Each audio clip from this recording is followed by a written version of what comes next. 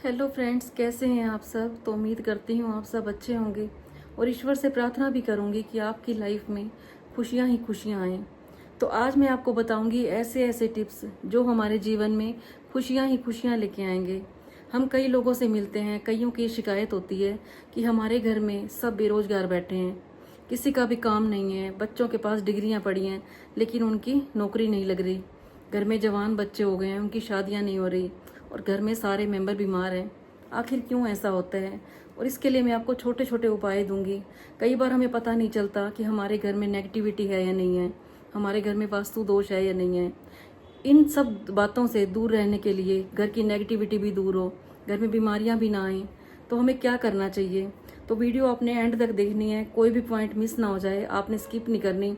और जिसने अभी तक मेरे चैनल को सब्सक्राइब ना किया हो, सब्सक्राइब कर लेना ताकि मेरी जब भी नई वीडियो आए तो आप तक पहुंच जाए।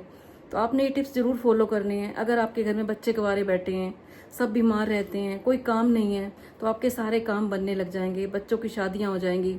बस आपने छोटे छोटे टिप्स फॉलो करने हैं।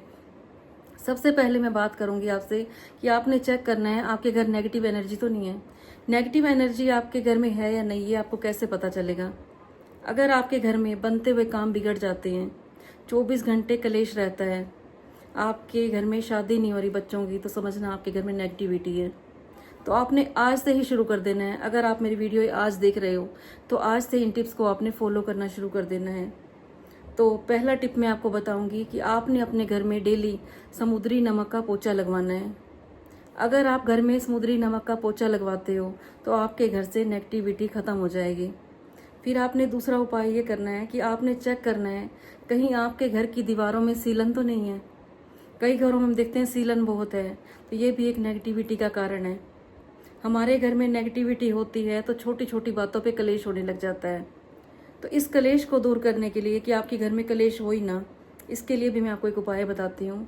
आपने करना क्या है, आपके घर में जब खाना बन रहा होता है तो आपने वहाँ पे गायत्री मंत्र का पाठ चलाना है। कहते हैं जैसा खाएंगे अन्न वैसा बनेगा मन। तो आपने खाना बनते ही, जैसे ही आप शुरुआत करते हो, गायत्री मंत्र का पाठ चलाना है आपने। या आप किसी को भी मानते हो, आप गुरुद्वारे में जाते हो तो आप गुरबाणी चला सकते हो, बजरंग बली को मानते हो तो आप उनकी भक्ति में लगे रह सकते हो। आपने मन ही मन में परमात्मा को याद करना है। और फिर कई लोग ये गलती करते हैं कि हनुमान चालीसा, सुंदरकांड सुबह सुबह पढ़ने लग जाते हैं। कई बार हम भक्ति टाइम पे नहीं करते, सही हिसाब से नहीं करते, तो भी हमें गलत इफेक्ट पड़ने लग जाते हैं उसके। तो आपने ये भी चेक करना है कहीं आप सुंदरकांड का पाठ सुबह तो नहीं कर रहे, कहीं आप हनुमान चालीसा सुबह तो नहीं कर रहे। तो आपने हमेशा हनुमान जी की भक्ति शाम को करनी है।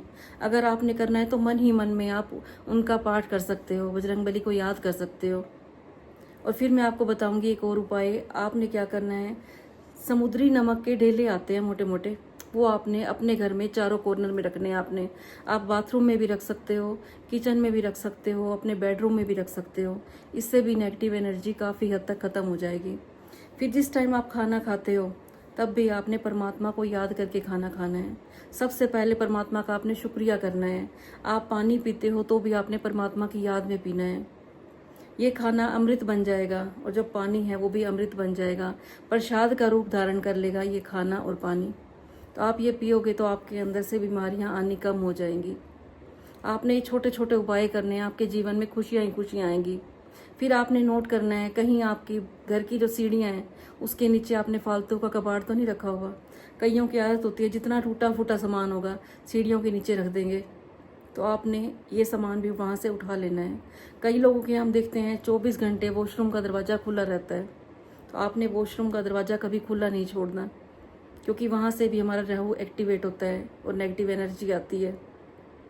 कई लोगों की आदत होती है जैसे ही खाना बन के आया उसमें कमी निकालने लग जाएंगे, ये खाना अच्छा नहीं बना हुआ, ये रोटी टेढ़ी मेढ़ी है, इसमें नमक कम है।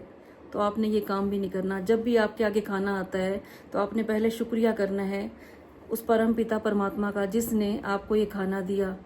फिर आपने शुक्रिया करना है खेतों में किसान का जिसने इसे उगाया।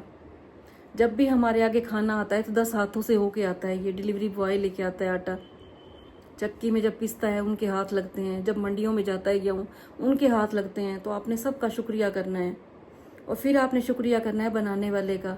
कई लोग क्या करते हैं, सबका शुक्रिया करते हैं लेकिन घर में जिसने खाना बनाया उसको देख देख के नाराज़ होते हैं, ये तुमने कैसा खाना बना दिया। तो एक एक बात हमारी नेगेटिविटी को लेके आती है। आपने कोई ऐसा काम नहीं करना कि घर में लड़ाई झगड़ा हो। कई लोग ये कहते हैं कि हमारे घर में तो नशे बहुत होते हैं। कई बच्चे मिलते हैं क्योंकि बोलते हैं कि हमारे पेरेंट्स हैं, मेरे फादर हैं, वो शराब बहुत पीते हैं। तो अब आप उनको खाना भी जब चार्ज करके दोगे, भगवान का नाम लेके दोगे, तो उनकी शराब की आदत भी धीरे धीरे छूट जाएगी। और अब बताऊंगी मैं आपको एक महा उपाय। अगर आपके घर में नेगेटिविटी बहुत ज़्यादा है तो आपने करना क्या है, आपने एक गिलास पानी का ले लेना है, कंच का गिलास होना चाहिए, और उसके अंदर आपने एक पीले रंग का नींबू डाल देना है। कोई दाग ही नहीं होना चाहिए, बिल्कुल भी दाग नहीं होना चाहिए, पीले रंग होना चाहिए उसका, नींबू का कच्चा भी नहीं होना चाहिए। वो आपने कंच के गिलास में डाल लेना है। अगर आप वर्क पैलेस में हैं, आपकी शॉप है या कोई ऑफिस है, तो आप वहाँ पे भी रख सकते हो। घर में आप डाइनिंग टेबल के ऊपर रख सकते हो। इसे आपने हर शनिवार को चेंज कर देना है। शनिवार के शनिवार आपने इसे चेंज कर देना है। आपके घर से जितनी नेगेटिविटी होगी वो ख़त्म हो जाएगी। और एक पॉइंट और मैं आपको बोलूँगी, लास्ट पॉइंट है मेरा ये, कि कईयों के घर में क्या होता है, इधर से तो कोई काम नहीं बन रहा होता, इधर से एक दूसरे पे गुस्सा करने लग जाते हैं, सबकी बुराइयां करते हैं। तो आपने ये सारे काम छोड़ देने हैं। हमेशा आपके संपर्क में जो भी आता है, आपने उसकी अच्छाई देखनी है।